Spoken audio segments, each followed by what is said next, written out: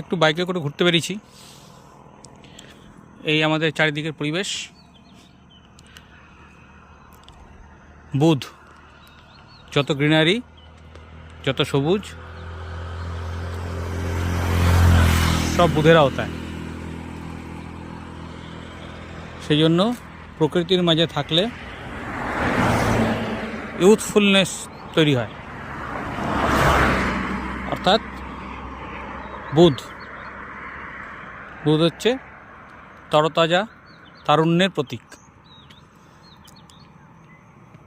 নিজেকে অ্যাক্টিভ রাখা, অ্যাক্টিভিটি, তারপরে এই যে মন ভালো করা, পরিবেশে ঘুরে বেড়ানো, এগুলো হচ্ছে বুধের কারকতা।